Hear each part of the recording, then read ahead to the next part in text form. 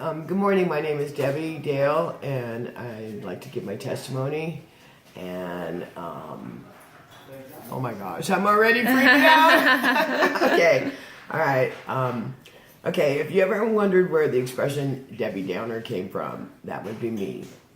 I was deeply depressed for most of my life, and there were things that caused it. It was a natural reaction to some bad stuff from way young.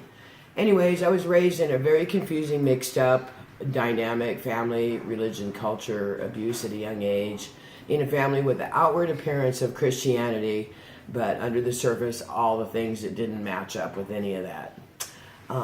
So even in the midst of all that, I came to Jesus in a very internal, quiet, but very profound manner encounter. I was about 9. I can and do still easily bring up the deep feelings of surrender and faith that I felt at that moment in time. Jesus called me. So for many years, my depression pretty much ruled my life. Yeah, I had reason to be depressed. Anyone wouldn't have been given the details. I felt used and abused, unlovable, faulty, broken, and hopeless.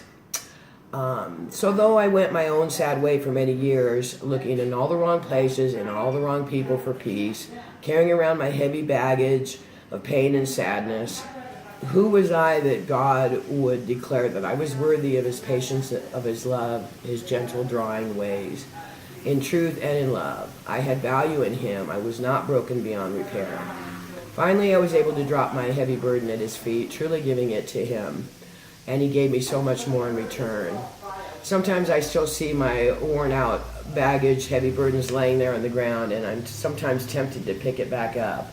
That's when I pray and he reminds me. His yoke is easy to bear, and the burdens he gives me is light. Matthew 11:30. I'm not even really sure I understand the whole suffering thing in this world and why it is so. I just know that everyone does, and that there's a whole lot of it. I do know that things often can be seen more vividly in huge contrast. Living with God or living without God. I've done both. I choose God. I choose truth and love in his unchanging ways. The more I reach for him, the more he fills me, daily, moment by moment. Every time I call to him, he's there. He works in amazing, unexpected, and sometimes humorous ways.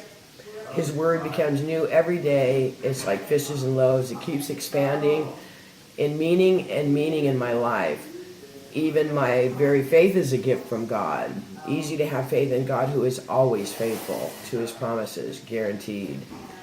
People often want to complicate it all, but he has done it all. He made it easy for us. I trusted him as a child in a very innocent and honest way in the midst of craziness, and I come back to that now. It's sure not about an easy or perfect life. It's not about him solving all our problems how we think they need to be fixed. It's way deeper, more profound than any of that. He's life, he's love, he's light, he never changes. He's eternal, and because of Jesus, I am too. He has made a way in the wilderness for all of us. Isaiah 40:31. Those who trust in the Lord will find new strength. They will soar like eagles. They will run and not grow weary. They will walk and not faint.